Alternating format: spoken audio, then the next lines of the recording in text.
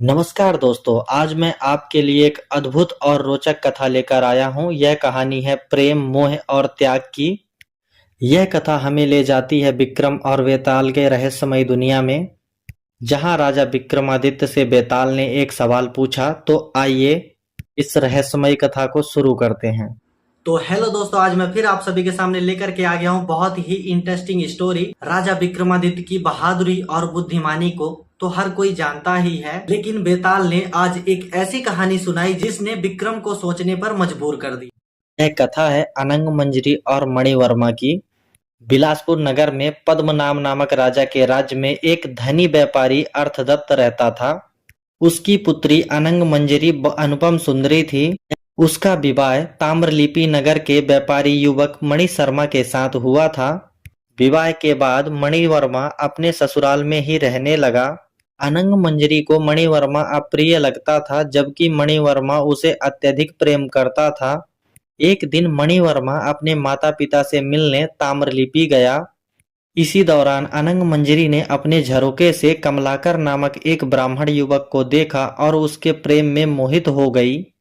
कमलाकर भी अनंग मंजरी को देखकर उसके प्रेम में पड़ गया। दोनों के बीच कोई संवाद नहीं हो सका, लेकिन उनकी विरह वेदना बढ़ती गई। अनंग मंजरी कमलाकर से मिलने के लिए व्याकुल हो गई और आत्महत्या करने का निश्चित कर लिया। उसने अपनी सखी मालतिका के कहने पर यह विचार त्याग दिया। मालतिका ने कमलाकर से मिलकर उसे अनंग मंजरी से मिलने का आश्वासन दिया। रात्रि में मालतिका ने कमलाकर को महल के बगीचे में बुलाया, उसका और अनंग मंजरी को भी वहां ले आई। दोनों ने एक दूसरे को देखा और अनंग मंजरी ने कमलाकर को गले लगाते ही अत्यधिक हर्ष से अपने प्राण त्याग दिए। अनंग मंजरी की मृत्यु देखकर कमलाकर भी शोक में डूबकर मृत्यु को प्राप्त हो गया। इस बीच ताम्रलिप्ति से लौटे मणिवर्मा ने बगीचे में अनंग मंजरी को कमलाकर के साथ मृत देखा। अपने प्रेम और शोक के कारण उसने भी अपने प्राण त्याग दिए। इस घटना से दुखी लोग देवी चामुंडा के मंदिर पहुंचे और प्रार्थना की। देवी ने कृपा करके अनंग मंजरी, कमलाकर और मणिवर्मा को पुनर्जीवित कर दिया। देवी की कृपा से तीनों का मोह नष्ट हो गया। कमलाकर अपने घर लौट गया और अनंग मंजरी अपने पति मणिवर्मा के साथ अपने पिता के घर चली गई। यह कथा सुनाकर बेताल ने राजा विक्रमादित्य से पूछा कि तीनों में सबसे आसक्त कौन था।